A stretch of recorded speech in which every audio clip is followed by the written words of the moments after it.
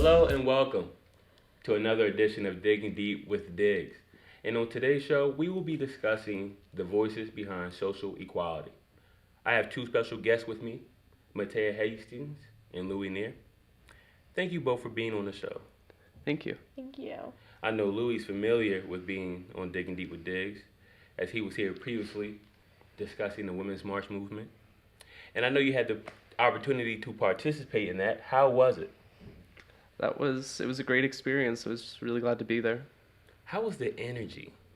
It was great. I've been to a few protests before, and there at these events there's this kind of collective enthusiasm.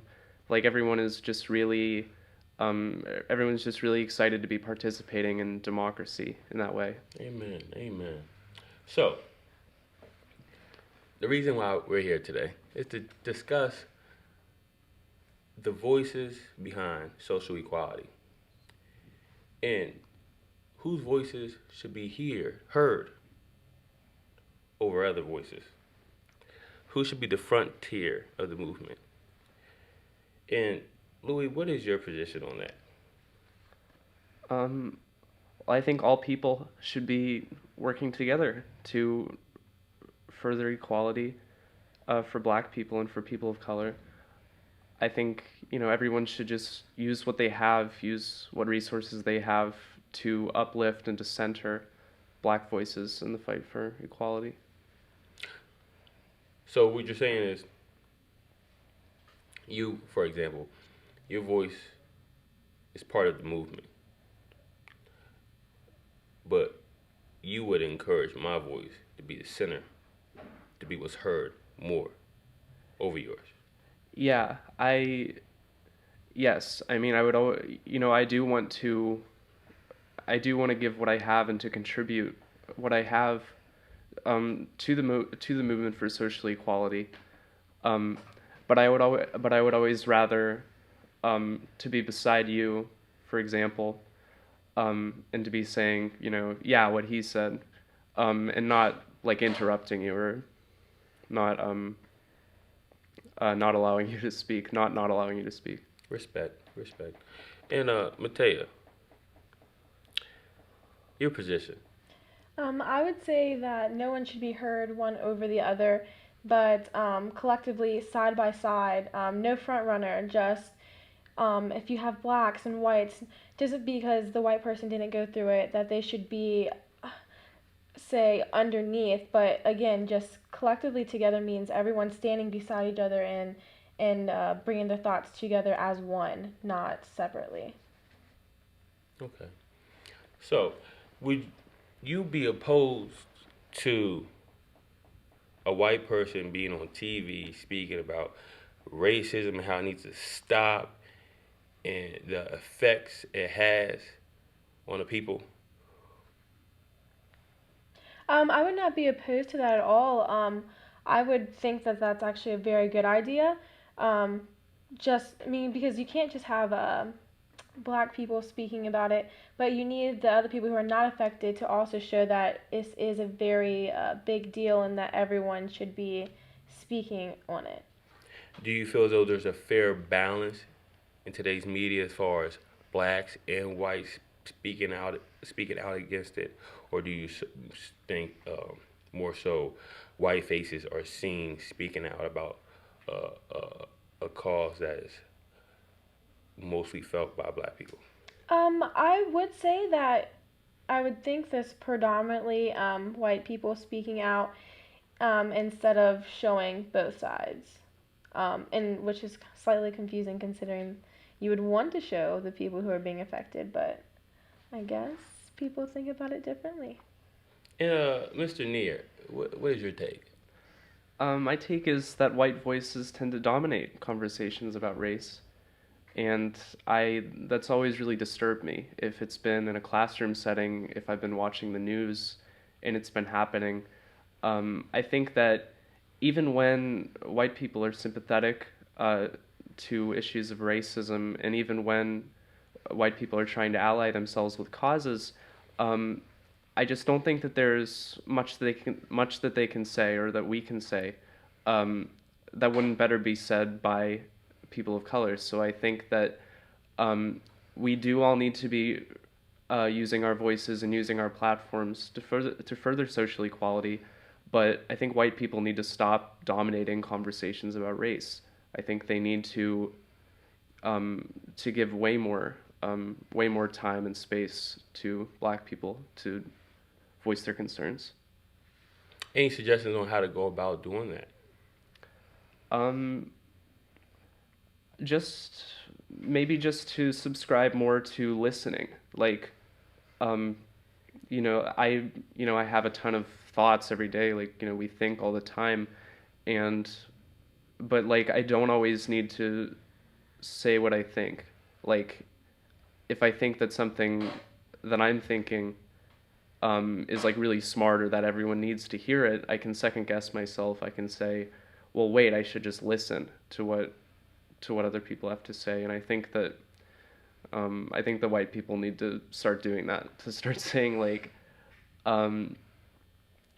saying well, maybe I don't need to talk right now. Like, maybe it would benefit me to listen to people, especially to black people. Not to cut you off. Let me ask you this. Sorry. What are some examples of social inequality that black people face? Well, I mean, there are huge systemic problems, huge institutions that are built around the oppression of black people. Something that I always think of as being a huge atrocity is mass incarceration and the privatization of prisons. To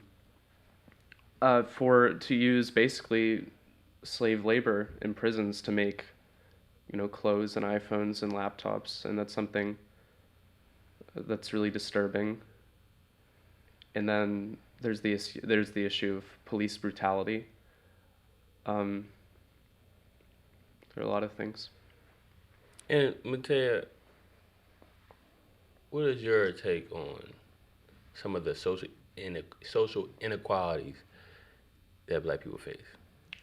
I would say socially, currently, I feel like the biggest thing that people are concerned about, especially young people, are more on a cultural standpoint, where they feel like their culture is being taken and kind of disrespected by white people. And so I would say that's, as a young person, that is probably one of my biggest concerns right now, just because culturally also can spread to so many aspects of the world. But when we constantly are pointing the finger to white people, how do you think that makes them feel? I mean, for the most part, I would honestly probably not the greatest. Just for the simple fact that I do, like you just said, a lot of the times the finger is pointed, and it's not always them collectively. And I feel like a few people, like they always say, like the few like make everything worse for the whole bunch. And so I feel like that also might like bring ill feelings towards black people who are trying to advocate if you are doing it incorrectly or just maybe not going in the greatest direction. And it's never good just to always point the finger, because you are always going to have some type of backlash from people who don't feel like they are doing anything wrong. So just like black people don't want to be generalized. Yes. We shouldn't do the same for white people. Correct. Or just for anyone. And for anyone. And we understand that there's social inequality affects a multitude of people. But on today's segment, we're focusing on the black community, and I just want to say that. So, Louis, how do you feel as a white man and constantly being bombarded with how your people do this or your people do that? How does that make you feel? I don't feel bombarded. I think that something that white people need to acknowledge in conversations about race is that they are always speaking from a place of racial privilege. Um, and so like, I think when white people complain or when they feel hurt, because black people or because any activist is pointing out that this is a problem of white culture, of just like whiteness in general, and white people say that their feelings are hurt, our feelings are hurt. um, I just think it doesn't really work. Like, we just don't have those same problems, those same concrete problems.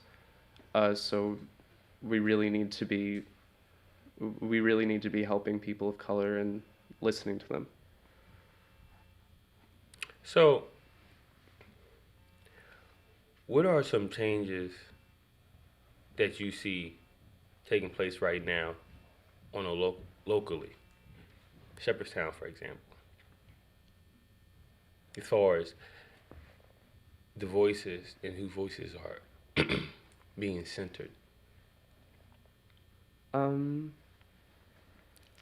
Well, I've been interested since coming to Shepherd, and I'm not from Shepherdstown, but I've been interested since coming to Shepherd in efforts by the Black Student Union.